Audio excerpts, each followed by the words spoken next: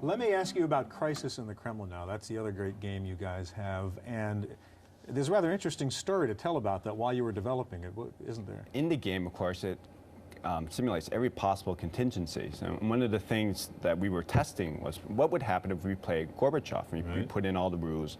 And basically what happened was it predicted the coup.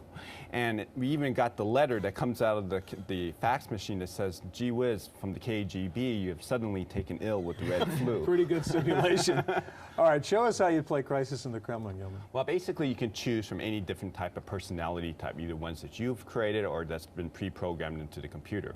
So if you choose Gorby and you start acting like Stalin, you're not going to get very far in the game. Okay, so let's play Gorbachev here. So we're going to go ahead and play Gorbachev.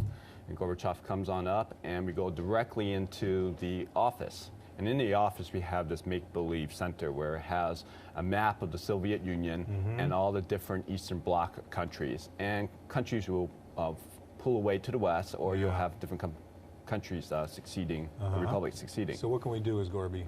Gorby, one of the things that we can do is change the policies of the government. So I can go into, say, change the military posture in the world to an aggressive military posture. Now, of course, Gorbachev wouldn't do this. So let's, after doing that, go in and change the budget. I'm going to go into the military and cut the military spending. Something that Gorbachev did do. So let's bring this down to 230 million rubles. And that's into the game now. And I can go ahead and say, let's play it out for 1 year. So I'm going to hit the advance. Letters and information pops up. It's January 1987. And we get a little letter from a friend. It's questions, subordinate reports, and your polls. These are little hints that tell you how well you're doing in the game. Pull up a fax.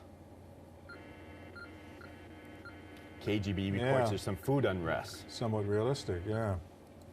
Now, actually, one thing may happen at random, so we haven't seen it, but one thing you do is tell jokes in here, right, to give you a sense of what the people are really saying? Absolutely. Any examples? We actually have in the game all the different jokes that are being told in the Soviet Union. And the KGB actually monitors in real life all these jokes. That's kind of a hint of the political climate. And these jokes tell you, example. You know, what's the definition of a cabbage line? Soviet citizens waiting for the meat market.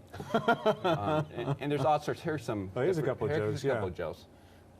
You know, here's the meetings. Where's all the meat next week? Where's all the bread next week? Where's exactly.